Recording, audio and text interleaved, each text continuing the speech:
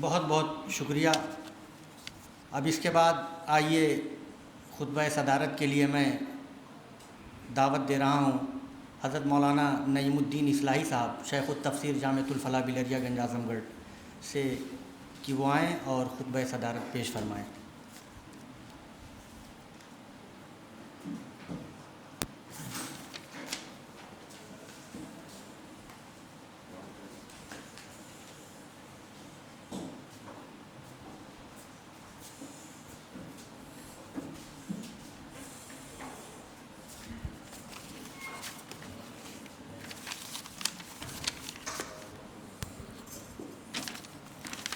الحمد للہ رب العالمین والصلاة والسلام علی رسول الامین وعلی آلہ واصحابہ اجمعین وبعد۔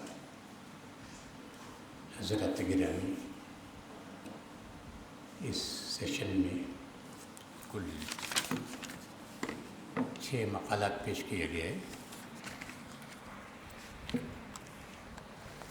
جناب انس مدنی فلاحی صاحب، جناب کمال اعظمی صاحب، جناب کمال اختر قاسمی صاحب، جناب کلیم صفات اصلاحی صاحب، جناب مولانا محمد عمر اسلم اصلاحی صاحب، پروفیسر عبدالرحیم قدوائی صاحب۔ یہ 6 مقالات مختلف عنوانات کے تحت پیش کیے گئے۔ الحمدللہ سارے مقالات بہت شاندار تھے اور بیش قیمت تھے، محنت سے لکھے گئے تھے۔ ہم تمامی مقالہ نگاروں کو مبارکباد پیش کرتے ہیں، اور اپنے یہ ایک شاگرد اس میں ہیں ہمارے انس صاحب، مجھے بہت خوشی ہوئی۔ انس صاحب نے مقالہ پیش پہلی مرتبہ ہم نے سنا تھا ان کا مقالہ، اس وجہ ہم بہت مجھے خوشی ہوئی۔ تھوڑی سی گفتگو بہرحال بڑے اہم مقالات تھے، ان پر گفتگو کرنا، بعض ایسے میں ان پر گفتگو کرنا میرے بس کی بات نہیں ہے۔ لیکن سب سے پہلے میں جو ہے ترتیب، وہ جو لف و نشر مرتب جو ہوتا ہے منطق، اسی لحاظ سے میں چلوں گا۔ تو جو آخری مقالہ لف و نشر مرتب کے لحاظ سے پروفیسر عبدالرحیم قدوائی صاحب کا ہے، اور نہایت مفکرانہ تھا صاحب۔ اس میں دورانِ جیسا کہ ہمارے چشم کشا تھا، آنکھیں کھول دی اس نے، بہت سے پہلو انہوں نے پیش کیے الحمدللہ۔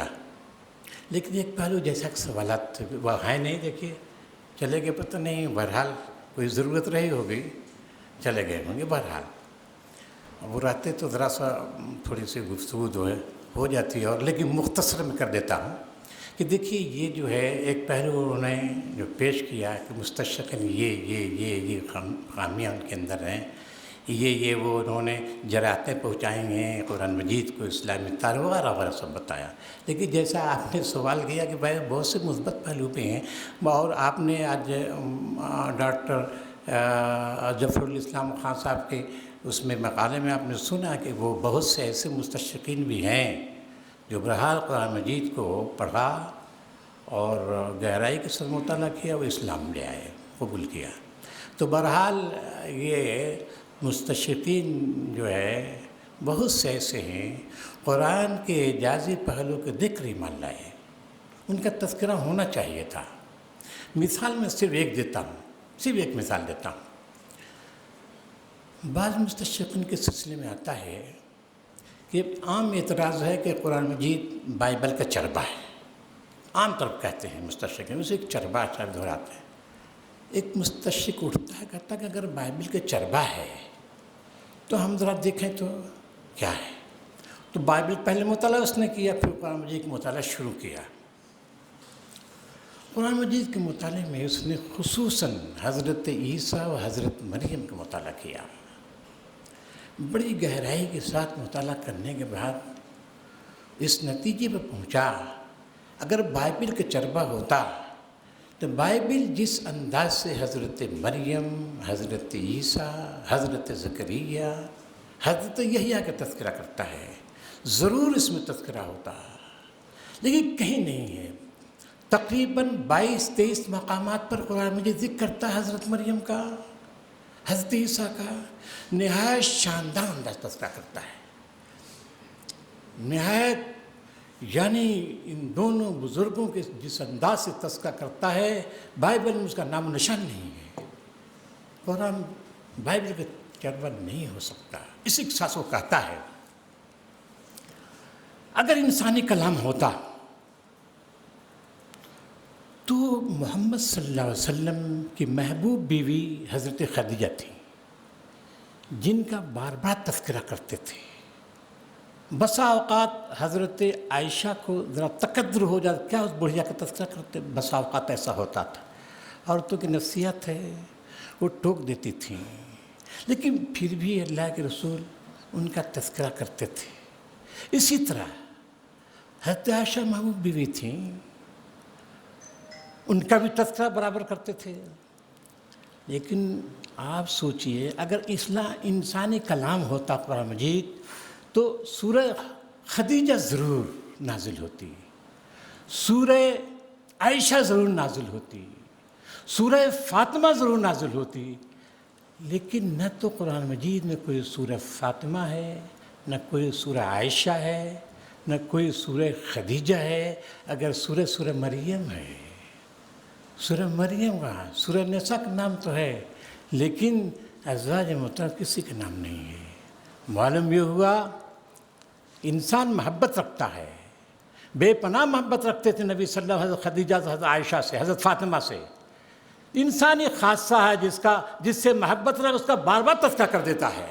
تذکرہ آ جانا چاہیے تھا لیکن نبی صلی اللہ علیہ وسلم کی زبان کبھی نہیں آیا تذکرہ. قرآن مجید کہیں ہے نہیں اس کا تذکرہ. مطلب یہ ہو کہ انسانی کلام نہیں ہو سکتا. وہ مستشرق اسلام نے بہت سے ایسے مستشرق کے سلسلے میں ہم دیکھتے ہیں کہ وہ دیکھ کر اسلام لائے. تو بہرحال اس کا تذکرہ میرا خیال ہونا چاہیے تھا. اس کے بعد ہمارے نمبر 5 ہے مولانا عمر اسلم صاحب. شاندار مقالات صاحب آپ کا تو بہت دیکھیے ایک چیز میں بتاؤں, ہم لوگ مدرسہ اصلاح کے پڑھنے والے ہیں. آپ جانتے ہیں ہمارے یہاں نہ حضرت لگایا جاتا ہے نہ کوئی ہمارے یہاں شیخ التفسیر کوئی عہدہ نہیں ہے. مجھ کو بھی انہوں نے بولا ہے شیخ التفسیر کے مولانا, ہمارے یہاں شیخ التفسیر کوئی عہدہ نہیں ہے.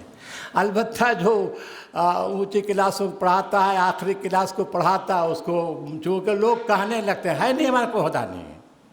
لیکن بہرحال یہاں جو ہے بلایا گیا شیخ التفسیر کا لقب دے کر, تو ہمارا خیال ہے کہ یہ سب بہرحال یہ ہمارے یہاں اس کا رواج نہیں, اس سے بچنا چاہیے میرا خیال ہے.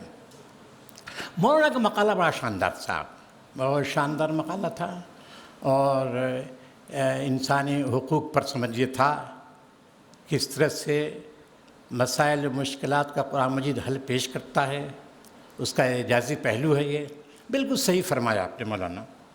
ذرا اس میں یہ آیت جو دیکھیے اس کا تذکرہ ضرور ہونا چاہیے تھا آپ کے مقالے میں. جیسے مثال میں دیتا ہوں صرف سورہ بقرہ. آپ جانتے ہیں کہ سورہ بقرہ پہلی سورہ ہے, بڑی لمبی سورہ ترتیب کے لحاظ سے بڑی لمبی سورہ ہے. سورہ بقرہ کے بعد نہایت لمبی سورہ ہے.